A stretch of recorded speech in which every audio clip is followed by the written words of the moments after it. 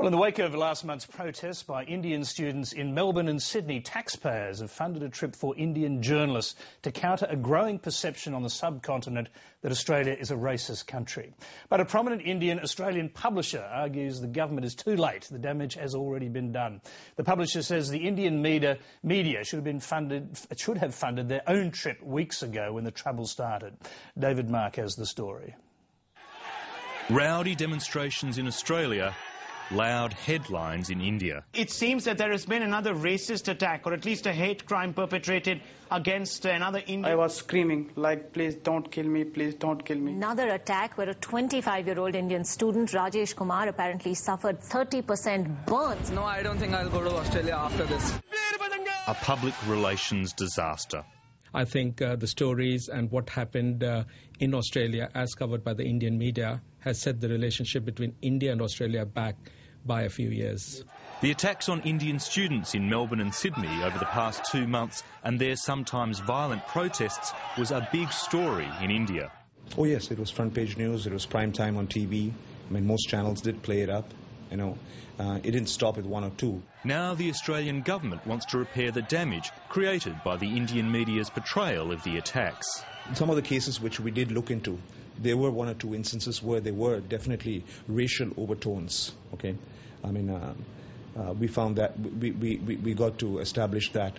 In several other cases, we found that it was sheer, misfortune that they happened to be there when they shouldn't be there. Murali Krishnan is one of 5 senior Indian journalists from some of his country's most prominent media organisations now visiting Australia. So that's when the Australian High Commission, Australian government itself was pretty concerned about these incidents, and they flew in a pack of journalists out here. The Department of Foreign Affairs and Trade is sponsoring the one-week trip. We met up with the Prime Minister, Kevin Rudd.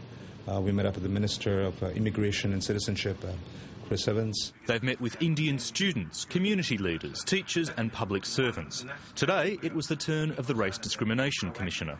So I wanted to reassure them that Australia is not a racist country per se, that there are some elements in Australia who are racist, both individuals and small groups, but we wouldn't say that Australia as a nation is racist.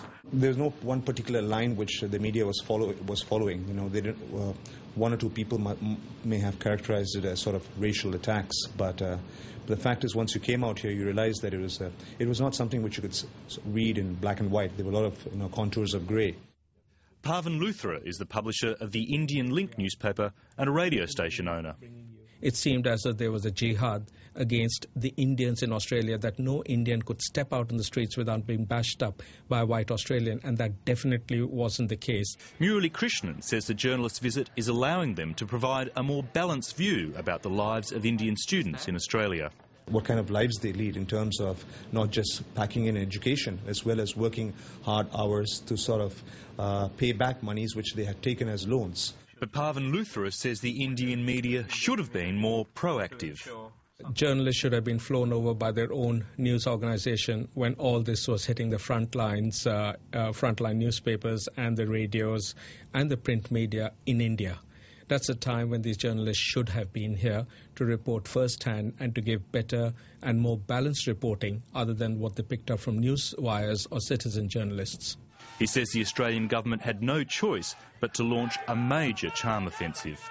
We need to have the journalists over here. We need to have some major public relations campaigns. There has to be some visits between the heads of government between the 2 countries.